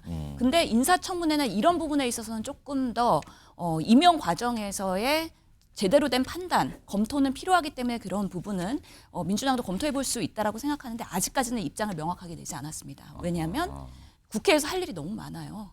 명태균 특검법 해야죠. 지금 내란 특검법 해야죠. 최상병 특검법도 아직 해결이 안 됐죠. 그렇기 때문에 우선순위에 있을 때는 이런 채용 비리에 대한 부분들은 수사기관이 제대로 조사하고 징계하고 그거에 대해서는 처벌하는 방식으로 해결하는 것이 가장 중요하다고 생각을 합니다. 알겠습니다. 인사청문회에 대해서 두 분 다 약간 긍정적인 의견 주셨고요. 지금 이런 채용 관련된 건 이거는 수사를 제대로 받아야 된다 이 말씀이군요. 다음 주제는 이게 또 풀리지 않고 있는데 이것도 여러 가지 이제 가정을 통한 그 변수가 되고 있어요 지금요. 일단 그 주제 키워드 준비되어 있습니다. 즉각 임명하라 이렇게 말은 하지만 이 민주당 생각인가요? 말은 즉각 임명 근데 그 다음에는 뭐 약간 이런 거예요 지금 분위기가 지금 마은혁 헌법재판관 후보자 이것도 헌재가 결정했죠. 이거 최상목 대통령 권한대행이 임명하지 않은 거 이거 국회 권한 침해한 겁니다. 문제 있으니까 임명하라는 취지잖아요. 지금 이거요. 이거에 대해서 오늘 민주당에서 최상목 대행을 굉장히 압박하는 얘기를 오전에 했어요. 들어보겠습니다. 최상목 대행은 마치 자신이 헌법 위에 군림하는 특별한 존재가 된 것처럼 행동하는데 어서 착각에서 깨어나십시오. 오늘 오전까지 마은혁 재판관을 임명하지 않는다면 대통령 권한대행으로 인정할 수 없다는 사실을 분명히 경고합니다. 저렇게 경고를 했거든요. 권한대행 인정 못해요. 임명하세요. 근데 임명이 없었잖아요, 오늘. 그리고 나서 시간이 흘러서 오늘 국정협의체, 여야 정의 모이는 국정협의체 회의가 열리는 날이었어요. 실제. 그런데 박상대 원내대표가 직전에 불참을 합니다. 아까 경고대로 이 자리에는 최상목 권한대행이 참석을 하는 자리였거든요. 인정 안 한다는 걸 보여준 거예요. 그래서 결국은 뭐 회의가 무산됐다 그러네요. 일단 민주당에서 이렇게 강력하게 주장하고 있습니다. 마은혁 후보자를 빨리 헌법재판관에 임명하세요라고 주장을 계속하고 있는 거예요. 그런데 이게 그렇게 간단해 보이지만은 않아요. 정리 좀 해보겠습니다. 바로 이겁니다. 셈법이 복잡한 민주당일까? 만약에 후보가 임명됐다고 가정해보겠습니다. 지금 최상목 대행이 아직까지 임명 안 하고 있는데 그리고 민주당이 임명하라고 계속 얘기를 하잖아요. 근데 만약에 임명이 됐다고 가정해보겠습니다. 그러면은 헌재가 8명에서 9명이 되는 거예요. 그럼 9명이니까 숫자가 늘어나요? 그리고 마은혁 후보는 진보 성향이잖아요. 진보 성향을 꼽혀요. 아주 대표적인 진보 성향 이 법조인으로 꼽혔거든요. 그러면은 아무래도 윤석열 대통령 탄핵 심판 선고에서 인용 쪽 생각을 할 가능성이 높다고 다들 평가받고 있잖아요. 그러면은 탄핵 인용 정족수 확보 가능성이 높아진다고 보는 거예요. 9명 체제가 돼서 임명이 되면. 이거는 어떻게 보면 민주당이 원하는 바죠. 근데요, 문제는 재판관 한 명이 늘어나게 되면은 선고가 늦어질 수 있다는 거예요. 뭐 변론 갱신 절차, 뭐 변론 재개막 이런 게 필요하다 그래요. 선고가 원래 3월 중순으로 예상됐는데 이게 늦어져서 자칫 뭐 4월로 넘어갈 수도 있다 이런 얘기가 나오는 거예요. 이 얘기 좀 해봐야겠습니다. 신여영 전 의원님. 그럼 민주당은 탄핵 인용 가능성은 계속 높이고 싶은데 그렇다고 또 선고가 연기되는 거는 바라지 않는다. 이게 민주당 생각인가요, 지금? 지금으로서는 마은혁 재판관 임명이 어떤 국면으로 흘러갈지 사실 여러 가지 시나리오가 있어서 정치적 유불리를 따지기가 매우 어려운 상황입니다. 근데 일단은 임명하라고 지금 민주당은 그냥 압박을 하고 있는 거잖아요, 지금. 그거는 당연한 원칙인 거죠. 헌재에서 임명을 해야 된다라고 판단을 했고 헌법에 부여된 헌재 구성권을 침해하기 때문에 최 권한대행이 당장 임명하는 거에 대해서의 그런 필요성을 얘기한 거예요. 그러면서도 즉시 임명하는 거는 법적인 근거는 없다라고 하긴 했지만 임명해야 된다, 헌재 구성해야 된다라고 그러니까 구인 체제로 빨리 만들어라, 헌재를. 그러면 그것에 합당한 역할을 해라. 그렇지 않으면 최 권한대행은 결국에는 직무유기다. 지금까지의 권한대행으로서의 모습은 매우 소극적이었다는 거죠. 여야 합의 없으면 안 하겠다라고 하면서 또 거부권을 휘둘러요. 그런 방식으로 여러 가지 뭐 정무적 판단을 한다고 하면서 지금 계속 시간을 지연시키고 있는데 원칙적으로 임명하는 게 많다라는 그럼 임명이 되고 나서는 어떻게 되는 겁니까? 임명을 되고 나면 사실 즉시 임명이 되느냐 아니면 천천히 임명하느냐에 따라 또 시나리오가 달라집니다. 즉시 임명을 했을 때 그러면은 당연히 윤석열 측에서는 우리 변론기인에 대해서 다시 한번 청구해야 된다라고 하면서 시간 끌기 작전으로 나오겠죠. 9명이 됐으니까 한 명 늘어났잖아요. 그럼 이거 변론 다시 해야죠. 여긴 모르잖아요. 이겁니까? 그런 리스크를 안고선 지금 얘기하는 건데요. 한편으로는 마은혁 재판관이 본인이 재판 기피 신청을 스스로 할 수도 있습니다. 그러면 이제 변론 종결이 됐으니까 이제 청구만 남은 상황에서 판결만 남은 상황에서는 시간 끌기에 대한 대상이 안 될 수가 있기 때문에 마은혁 재판관이 어떻게 할지에 대해서 저희는 예측하지 못하는 상황에서 원론적인 민주당의 주장은 즉시 임명이다. 민주당은 9명 체제를 빨리 만들지만 마은혁 후보자가 탄핵 심판에는 스스로 회피했으면 약간 이 생각인 겁니까 그럼? 그것까지는 우리가 판단할 수 없고 재판관은 워낙에 독립된 그런 판단을 하기 때문에 그 부분까지는 어떻게 할 수는 없을 것이다. 그래서 우리가 예측 불가능한 길을 가고 있지만 그래도 헌재의 판결에 대해서는 최대행은 존중해야 된다라는 부분이 있기 때문에 사실은 즉시 임명해야 된다. 하지만 지금 봤을 때는 권한대행이 천천히 임명할 것으로 보면서 시간 끌기를 할 것 같다는 예측은 강합니다. 이게 복잡한데요, 이게. 아무튼 이래요. 이러자 여권 내에서 마은혁 후보자가 만약에 임명이 돼서 헌재에 합류하게 돼서 구인체가 될 경우 상황을 좀 설명을 해요. 그게 어떤 의미를 갖게 되는지 들어보겠습니다. 근데 진짜 재밌는 게 뭐냐면 일단 마은혁 재판관을 그러면은 바로 임명을 해야 되잖아요. 예. 근데 지금 임명이 바로 안 되고 있는 겁니다. 이게 이제 결국은 뭐냐면 시간 싸움이에요. 그리고 우리 당은 눈치도 없이 유감이다라고 하면서 임명하면 안 된다라고 이야기를 하는데 사실 시간이 필요하고 그다음에 이재명 대표가 지금 제일 두려워하는 상황은 시간 아닙니까? 헌재 결정이 3월 26일 이전에 늦어지는 것을. 그거죠. 사실 지금 눈치 보면서 국민들 앞에서 서로 쇼하고 있는 거예요. 저렇게 또 분석을 하는데 일단 서정민 변호사, 마은혁 후보자가 만약에 임명돼서 헌법재판관이 되면은 탄핵 심판은 본인 스스로 선택해서 회피할 수 있습니까? 일단 그 결정 권한은 당연히 재판관들이 가지고 있습니다. 결국 다른 재판관들이 본인을 포함한 사실 재판관들이 이걸 같이 논의할 걸로 보입니다. 일단 뭐 회피 같은 경우에는 결국 제척 기피 사유가 있을 때 이 당사자인 재판관이 스스로 그 재판관 그 역할에서 물러나는 것을 이야기를 하는데 뭐 여기에서는 뭐 피청구인과 특별한 인적 관계라든가 혹은 불공평한 재판이 있을 염려가 있을 때 이 사유가 인정이 되면은 스스로 물러날 수가 있습니다. 다만 이제 여기에 대해서 본인 혼자만 결정할 내용은 아니라고 보이고 만약 이런 사항이 발생을 한다면 이제 재판관 회의를 통해서 뭐 회피를 할지 말지를 결정을 해야 될 것으로 보이고 또 나아가서 그렇게 뭐 회피 결정을 한다, 회피를 선택한다 하더라도 결국에는 헌법재판소장의 권한대행의 허가가 또 필요합니다. 그렇기 때문에 이제 이 부분은 마 재판관 후보가 이제 재판관이 됐을 때 뭐 혼자서 판단할 내용은 아니고 결국에는 재판관 회의를 거쳐서 결론을 내지 않을까 이렇게 예상할 수가 있습니다. 그럼 마은혁 후보자가 헌법재판관이 돼서 만약에 윤석열 대통령 탄핵 심판에 참여한다면, 그 선고에 참여한다면 선고가 얼마나 늦어지게 됩니까?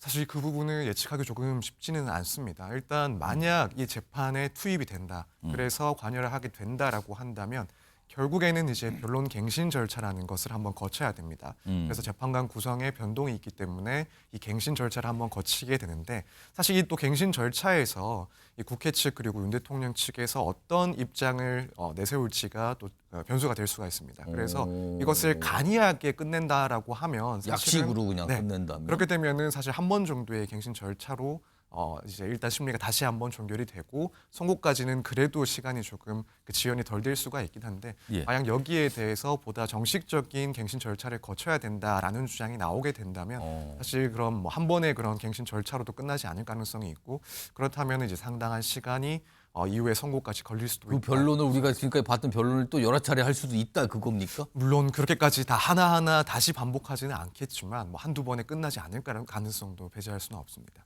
홍석준 전 의원님, 방금 전에 김웅지원 의원이 얘기한 게 지금 여당이 눈치가 없다 지금. 따지고 보면은 마은혁 후보자가 헌법재판관이 돼서 탄핵 심판에 참여하는 게 이게 시간을 벌 수 있다는 측면에서 여당이 유리한 거 아니냐? 여당은 좀 이게 길게 가길 바라는 거 아니냐? 이렇게 얘기하는데 어떻게 보십니까? 이 분석? 그건 이제 김웅 의원의 그 분석인데 일단 저는 기본적으로 지금 헌법재판소가 국민들의 엄청난 이런 어떤 그 관심과 어떤 국론분열 갈등이 벌어지고 있고 대한민국의 미래를 어떻게 보면 결정하게 되는 이 중요한 대통령 국가 원수에 대한 탄핵에 있어서 굉장히 어떤 그 인용과 기각의 여부를 떠나서 절차적 정당성, 소위 말하는 듀 프로세스를 좀 지켜가면서 좀 해야 되는데 저는 이런 과정에서 너무너무 많은 어떤 실정법의 위반이라든지 여러 가지 원칙을 위반하고 있다고 봅니다. 왜냐하면은 허영 교수 같은 분도 10가지 이상의 헌법재판소법이라든지 형사소송법을 위반하고 또 있다고 이야기를 하는데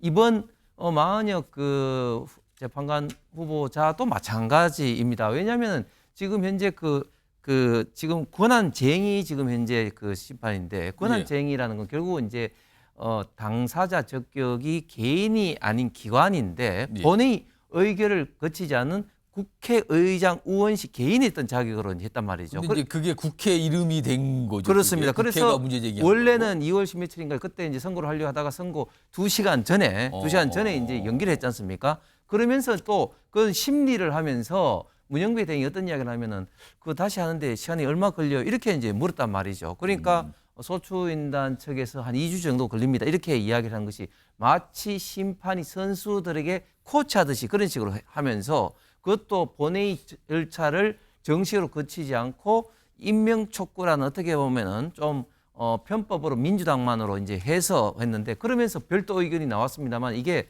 나중에 이제 하자가 뭐 치유됐다 이런 식으로 하면서 이제 만역 재판관에 대해서 이 지위 확인 소송은 각하는 됐지만 그러나 권한 침해했다. 예. 뭐 이런 어중간하게 이제 결정을 했는데 헌법재판소에서 자꾸 이제 이런 식으로 지금 심판을 이제 그 진행을 하다 보면 어떤 결정이 나오더라도 자꾸 국민들의 불신을 받을 수밖에 없다. 그래서 지금 현재 87 헌법 체제에 생긴 헌법재판소가 지금 거의 국민의 절반 가까이가 지금 헌법재판소를 불신하고 있다는 거 아니겠습니까? 그렇기 때문에 이런 어떤 그런 과정들이 굉장히 좀 우려스럽다는 것이죠. 이게 복잡합니다. 변수가 남아서. 이게 아직 결정이 안 되고 있는 거죠. 민주당에서는 계속 압박하라. 압박하면서 빨리 임명하세요. 근데 또 임명했을 경우에 탄핵 심판에 참여했을 경우에 따지고 보면 또 민주당이 꼭 웃을 일만은 아닌 거 아니냐 또 얘기가 나오고 반면에 지금 국민의힘에서는 최상목 대행 보고 망역재판관으로 임명하면 안 된다라고 얘기를 하고 있거든요. 근데 또 따지고 보면 구인체제가 돼서 선고가 조금 늦어지는 게 여당 입장에서 원하는 거 아닙니까? 또 이렇게 복잡하게 막 계산들이 되고 있어요. 각 정치권도 어리둥절하는 건가요? 이 상황 자체가요? 그렇습니다. 이런 가운데 오늘 이 사안과 관련이 있을 수 있는 어떤 법원의 결정이 하나 있었어요. 정리해 보겠습니다. 화면에 있습니다. 이게 대법원인데요. 그동안 이제 재판이 너무 오래간 이유 중에 하나가 중간에 재판 하나 말고 재판부가 바뀌는 거예요. 그러니까 판사들 인사가 나고 막 그러면서 재판부가 바뀌거든요. 그러면은 이게 사실상 처음부터 다시 하는 일이 막 벌어지고 그랬어요. 너무 오래 간다는 거죠. 그러니까 대법원도 그거를 이제 문제의식을 갖고 있었어요. 그래서 어떻게 되냐면 형사재판 갱신을 간소화하겠다고 시행한다고 그랬어요. 시행한다고. 그러니까 재판 도중에 판사가 바뀔 경우에 처음부터 다시 또 뭐 재판 시작하고 이게 아니라 절차를 아주 확 줄여서 간단하게 끝내겠습니다. 이거예요. 그러니까 이전 공판에 뭐 녹음을 다 들어야 되고 다 재생해야 되고 이런 거였는데 그러지 말고 그 녹음을 기록한 녹취서가 있어요. 이거 열람하는 걸로 끝내겠습니다. 아주 간단하게 만든 거예요. 자, 그럼 이게요. 이재명 대표의 형사재판과 윤석열 대통령 탄핵 심판에 다 영향을 줄 수 있다거든요. 소정빈 변호사, 왜 영향을 줄 수 있는 겁니까? 이 두 가지에? 일단 잘 설명을 해주셨는데 사실 이제 공판 갱신 절차 같은 경우에 보통은 간이하게 끝이 납니다. 그래서 재판부 구성이 변경이 됐다. 그래 다시 한번 갱신을 해야 된다라고 했을 때 그 피고인 측이나 검사 측에서는 일단 동의를 대부분 합니다. 간단한 방식으로 갱신하기를. 그렇게 되면은 재판관은 간단한 그 전까지의 절차들에 대해서 요지만 알려주고 그다음 마무리를 지을 수 있는. 그래서 상당히 시간이 동의가 필요하다는 거죠. 네. 만약에 부동의한다면 이제 문제는 부동의할 경우에 난 이거 못 받아들여요. 처음부터 다시 해주세요. 막 그러면은. 네, 그렇다면은 이제 앞서 있었던 뭐 공판 녹음 같은 것들을 다 청취를 해야 되는. 그래서 시간이 상당히 지연되는. 새로운 판사가 다 들어야 되는 거군요. 다시 그걸 또. 그렇게 되면 이제 특히나 이런 사건들은 다툼이 많았을 사건들이고 절차가 상당히 길게 진행됐을 사건인데 거기서 부동의를 해버리면은 그만큼 또 오래 시간이 걸리는 상황이 발생을 하는 거죠. 근데 지금 이제 형사소송 규칙이 개정되면서 원칙적으로 이제 판사가 적당히 판단을 해서 기존에 있던 그 녹음 파일 그대로를 들을 필요가 없이 녹취록에 대해서 읽고 이것을 고지해 주는 방식으로 간단하게 이 갱신 절차를 진행할 수 있다라는 규정이 바뀐 겁니다. 이제 그렇기 때문에 지금 이재명 대표의 사건을 본다면 현재 1심, 2심에서 진행되고 있는 사건들 마찬가지로 상당히 길게 진행이 될 수가 있는데 그때 재판부 구성이 바뀌었다라고 한다면 간략하게 또 그러면 이게 인수인계가 될 수 있다 이거군요. 네, 그렇습니다. 그래서 녹취록 등을 보고 그 요지를 알려주는 방식으로 상당히 시간이 단축될 수 있는 그런 영향을 줄 수가 있고 탄핵 심판은 어떤 영향입니까? 이제 만약에 이건 아까 우리가 얘기를 했던 이제 마 후보가 혹시 또 재판관으로 투입이 돼서 변론 갱신이 됐을 때 그렇다면은 지금 이 탄핵 심판 같은 경우에 형사소송 규정들을 준용하고 있으니까 현재 개정이 된 이 규칙대로 그 이걸 또 변론 따른다 절차가 이거죠. 간단하게 진행될 수도 있다. 그래서 영향을 줄 수가 있다라는 이야기가 나오고 오늘 대법원에서 나온 결정이 굉장히 중요한 거네요. 여러 가지로 지금 의미가 있습니다. 양쪽에 다 영향을 준다고 그러네요, 지금요. 알겠습니다. 다음은 마지막 주제 준비되어 있는데 이게 좀 중국과 관련돼 있어요. 중국 갑자기 우리 정치권의 좀 중심에 들어와 있는 나라가 돼버렸어요. 어느 순간에요. 키워드 보겠습니다. 문재인 전 대통령 사진인데 중국 대단히 중요한 나라다. 이렇게 얘기를 했다고 하네요. 최근에 주한 중국 대사가 우리나라의 뭐 반중 집회, 뭐 정서 이런 거를 조금 지적한 목소리가 먼저 있었거든요. 그것부터 좀 확인해 볼까요? 대사가 우리나라에 와 있는 대사가 이런 얘기를 해요. 반중 집회가 계속 발생하면 한국 이미지에 도움되지 않는다. 비판을 한 거예요. 이것도 여러 가지 논란이 좀 있었어요. 이런 비판에 대해서. 그런데 오늘 문재인 전 대통령 중국과 관련된 본인의 생각을 밝힙니다. 화면 보겠습니다. 어떤 책을 소개를 하면서 이렇게 글을 올렸어요. 중국은 우리에게 대단히 중요한 나라다. 한미동맹 중시에도 중국은 미국 그 다음이라고 뜻이 되겠죠. 중국은 그 다음으로 중요한 나라다. 미국 다음으로 중요한 나라다. 내란 비호위의 협중 정서 자극하는 거 개탄한다. 중국은 우리와 운명적 관계다. 이게 중국이 정치권에서 굉장히 약간 뜨거운 이슈인데 항상 우리한테요. 이런 글이 올라오자 여당 내에서 이런 반응도 나왔습니다. 소개해드리죠. 김재섭 의원이요. 민주당의 친중 굴종 DNA는 친문 친명을 안 가린다. 지독한 친중 때문에 혐중 정서가 아니라 혐문 정서, 혐명 정서가 생길 판이다. 또 이렇게 비판을 합니다. 일단 신혜영 전 의원님, 문재인 전 대통령이 뭔가 지적을 한 거잖아요. 혐중 집회 이런 거. 이거 누굴 겨냥한 겁니까 지금? 최근에 벌어지고 있는 어떤 탄핵 반대 집회 이걸 겨냥한 건가요? 이거 어떻게 봐야 됩니까? 그렇죠. 지금 비상계엄 이후에 지금 탄핵 반대 집회 그리고 탄핵 찬성 집회가 있는데 지금 많은 국민의힘의 여당 의원들이 마치 탄핵 찬성 집회 중국인들이 출몰한다라고 얘기하는 뭐 김민전, 유상범 의원들이 있었고요. 그리고 또 뭐 현재 중국인이 근무하고 있다. 뭐 이런 얘기들이 카더라 통신으로 하면서 나경원 의원은 외국인 뭐 취직 제한법까지 발의하지 않았습니까? 지금 2030의 보수화와 더불어서 반중에서 혐중까지의 정서로 강화되고 있는 것을 지금 보수의 그런 국민의힘에서 더 자극하면서 비상계엄에서의 탄핵 반대를 오히려 더 끌어올리려는 그런 정치적인 그런 노림수가 아니냐라는 거에 대해서 문재인 대통령은 이거 위험한데 우리는 균형 외교해야 되는데 한미일 관계도 강화해야 되지만 중국과의 관계도 매우 중요하고 중국도 우리나라가 중요하고 우리나라도 중국이 중요해. 그렇기 때문에 요즘에 문재인 대통령이 계속해서 책을 권고하고 있지 않습니까? 노영민 전 그 실장의 2025년 중국에 묻는 4가지 질문 이 책을 추천하는 방식으로의 이런 혐중 정서가 너무 과도한 거를 뭔가 경고했다라는 경고하고 면에서 약간 그걸 좀 가라앉히기 위한 목적이었을까요? 예, 그런 부분에 있어서의 얘기인데 김재섭 의원이 저렇게 뭔가 과잉 대응하는 거는 평소에 그런 합리적인 의원으로서의 보수 의원의 모습은 아니다라는 생각이 들어서 좀 적절치는 않다라고 생각이 듭니다. 홍석준 전 의원님. 근데 사실 우리 청년 세대가 중국에 대한 거부감이 있는 건 뭐 이미 다들 알고 있는 사실이 돼버렸는데 사실은 약간 정치체가 다르긴 하지만 중국이 민주화된 국가 맞냐? 그리고 권위주의 국가 아니냐? 이거에 대한 거부감도 있는 거 아닙니까 지금?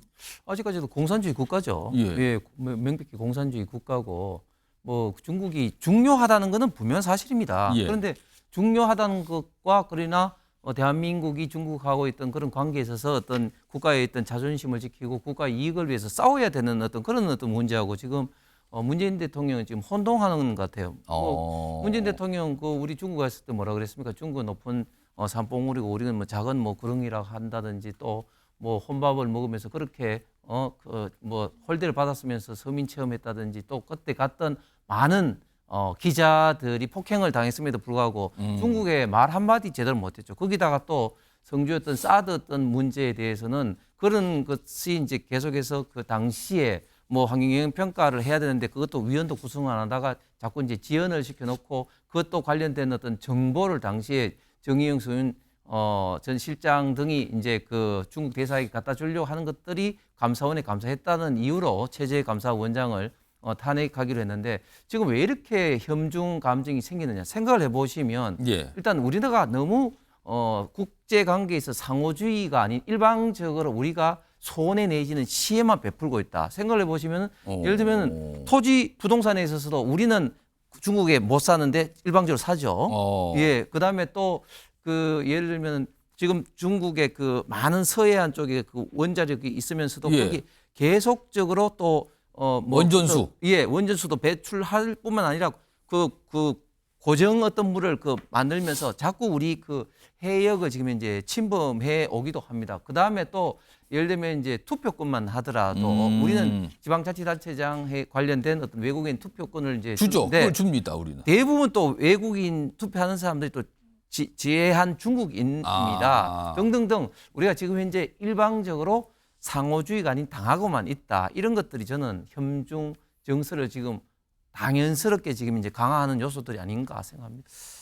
자, 우리 이웃 국가인 일본과 함께 중국 어느덧 우리 사회 그리고 정치적으로 굉장히 민감한 나라가 돼버렸어요. 지금 상황이 또 그렇게 돼 있습니다. 이런 가운데 문재인 전 대통령의 의견 여러 가지 반응이 나왔어요. 전해드렸습니다. 자, MBN 뉴스 와이드 오늘은 여기서 마무리합니다. 시청해주신 여러분 고맙습니다.